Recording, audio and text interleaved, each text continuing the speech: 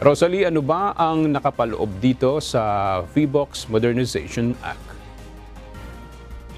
Layo ng House Bill number 10730 of Philippine Institute of Volcanology and Seismology Modernization Act na paigtingin ang kapasidad ng bansa sa pagtugon sa natural hazards.